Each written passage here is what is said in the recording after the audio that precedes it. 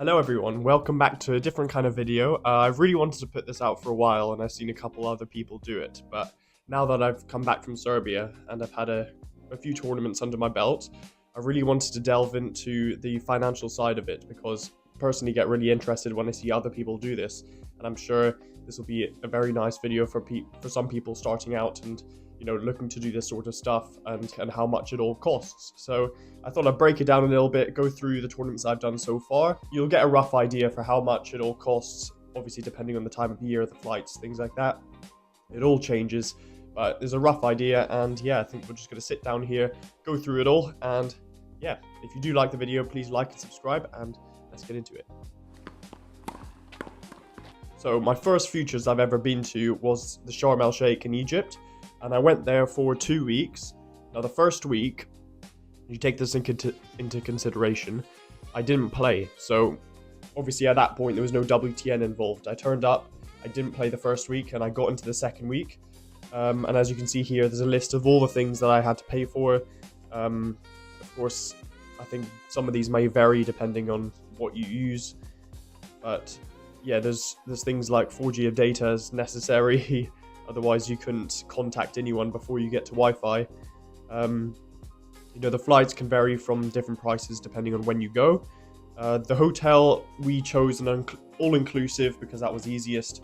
But then, of course, you suffer with the quality of everything. So, yeah, it's not ideal, and it was less expensive than going to an official hotel because those are ludicrously expensive.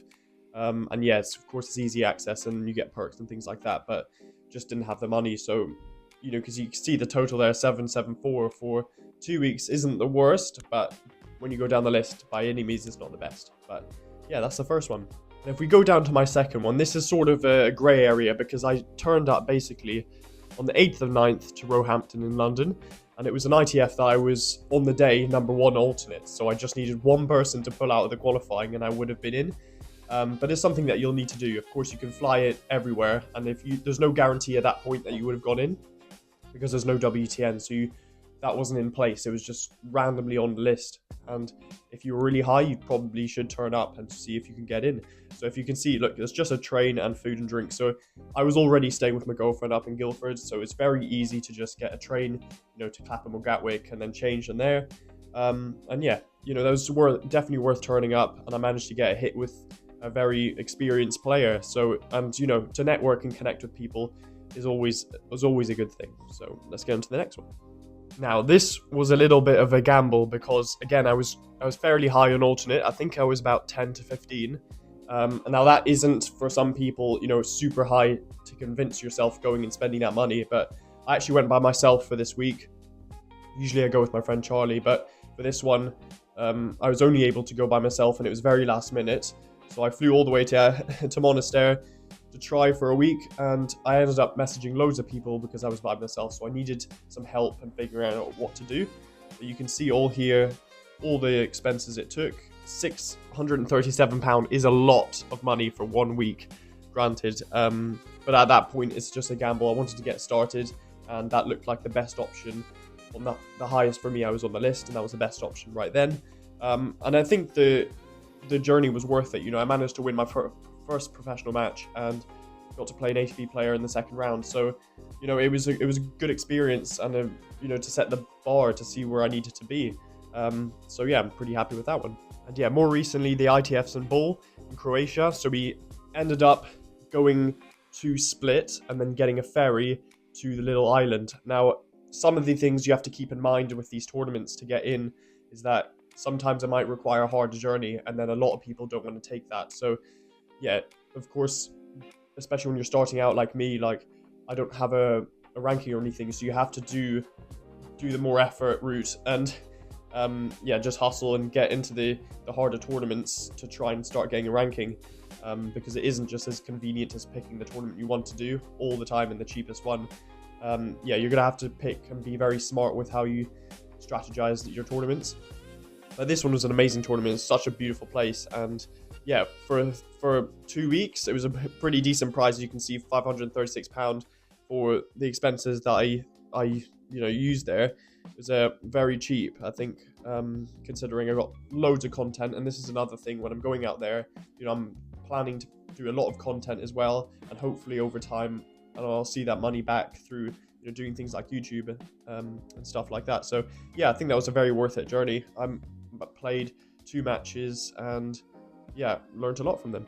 And that brings us to my last tournament that I've just recently done in Serbia. That was 3 weeks, so the longest I've ever been away from home, which is quite difficult for my personal life, let alone my professional tennis journey. So you can see there for the total, it was around £682 for 3 weeks. So I'm pretty sure that's a great deal for 3 weeks of constant tennis. 3 matches, well, 4 matches actually. And yeah, all the food, accommodation sorted. It was that's completely bonkers, and that's such a bargain. And you have things like this. So certain places in Europe might not be super expensive, and you want to really capitalize and make it worth it by staying out there for a slightly longer period of time. Give yourself more chances to play and potentially get points. But yeah, as you can see, you just look through the list and you'll sort of see the pricing for everything. It's what I personally spent, so obviously it could change varying on what you need. But yeah, that's pretty much it. So the grand total that I've spent so far on my ITF journey is, drumroll please, £2,711.46. That is a massive number.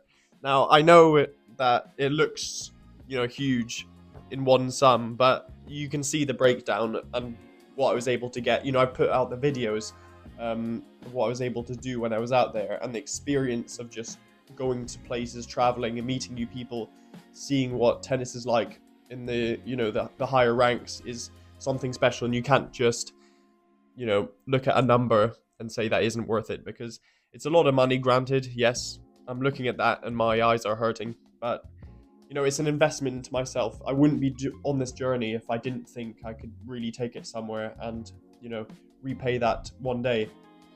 So I'm really happy that I've been able to give myself this opportunity. Remember, I'm doing this all off my own back. No one's paying me, no one's helping me.